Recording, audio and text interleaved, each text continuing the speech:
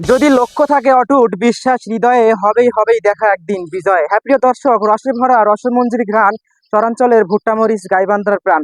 আর এই গাইবান্ধার প্রাণ কেন্দ্রে সদর উপজেলার 11 নং গীতার ইউনিয়ন পরিষদের কোলাহল কেন্দ্রে অবস্থিত আমাদের এই গ্রাম দক্ষিণ বাগুড়িয়া সর্দারপাড়া।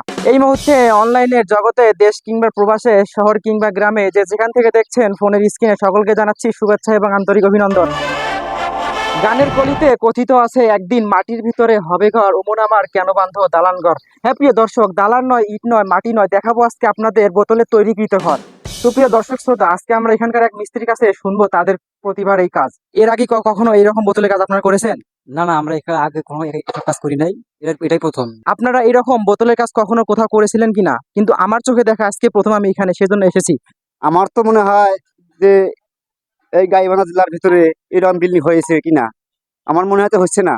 আমরা প্রথম শুরু করছি, এটাই কাজ করতেছি। আমি যে এই বোতলটা দেখতে পাচ্ছি, এই বোতলের মধ্যে কি শুধু বালি দেওয়া নাকি অন্য কিছু? না না, শুধু বালি না, এবার সিমেন্ট অ্যাডজাস্ট করে ভিতরে ঢুকানো আছে। মানে যেটা নরম মাল বলা হয় আর কি।